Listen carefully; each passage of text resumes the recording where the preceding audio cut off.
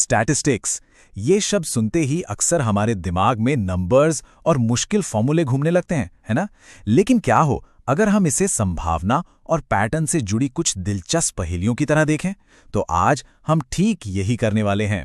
Screen पर जो 4 सवाल दिख रहे हैं, ये आज की हमारी पहेलियां हैं। इनमें से हर एक सवाल एक अलग स्टैटिस्टिकल कॉन्सेप्ट का दरवाजा खोलता है। ये हमें दुनिया को देखने का, उसे समझने का एक नया नजरिया देगा।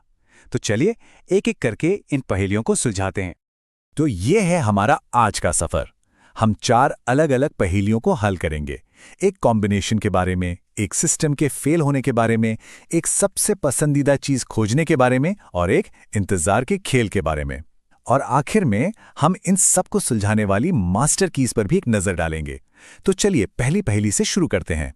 ठीक है, तो हमारी पहली पहेली इस सवाल से जुड़ी है कि जब 2 अनप्रेडिक्टेबल चीजों को एक साथ लाया जाता है तो उनका नतीजा क्या होता है। चलिए इसमें थोड़ा और गहराई से उतरते हैं। इसको ऐसे समझिए, मान लीजिए एक फैक्ट्री है। वहां हर प्रोडक्ट का वजन थोड़ा बहुत अलग होगा, लेकिन ज्यादातर का वजन एवरेज के बहुत करीब होगा। यही है नॉर्मल डिस्ट्रीब्यूशन, या जिसे हम बेल कर्व भी कहते हैं। अब इस स्लाइड में जो सबसे दिलचस्प हिस्सा है वो है स्टेप 2। ध्यान दीजिए, भले ही हम एक वेरिएबल से दूसरे को घटा रहे हैं, उनकी अनिश्चितता, जिसे हम वेरिएंस कहते हैं, वो हमेशा जुड़ती है।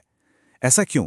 क्योंकि 2 अनप्रेडिक्टेबल चीजों को मिलाने से, चाहे आप उन्हें जोड़ें या घटाएं, नतीजा हमेशा और ज्यादा अनप्रेडिक्टेबल हो जाता है, कम नहीं। ये एक बहुत जरूरी नियम है। इसीलिए हम 1 का वर्ग और 2 का वर्ग जोड़ते हैं, जिससे हमें कुल वेरिएंस मिलता है 5। और ये रहा हमारा जवाब। नए डिस्ट्रीब्यूशन का वेरिएंस है 5। ये हमें एक बहुत जरूरी बात सिखाता है। जब 2 अनसर्टेन सिस्टम्स मिलते हैं तो कुल मिलाकर अनसर्टेनिटी हमेशा बढ़ती है, कभी घटती नहीं। चलिए अब दूसरी पहेली की ओर बढ़ते हैं। इसे एक दौड़ की तरह सोचिए, ये देखने के लिए कि किसी सिस्टम का कौन सा हिस्सा पहले फेल होता है। आप कल्पना कीजिए कि आपके पास एक नया लाइट बल्ब है।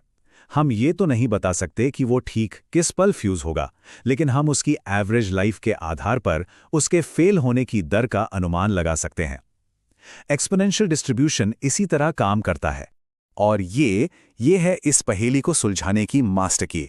सीधे शब्दों में कहें तो अगर 2 चीजें हैं जो कभी भी फेल हो सकती हैं, तो ये पता लगाना कि दोनों में से कोई एक कब फेल होगी, ये भी उसी तरह के प्रोबेबिलिटी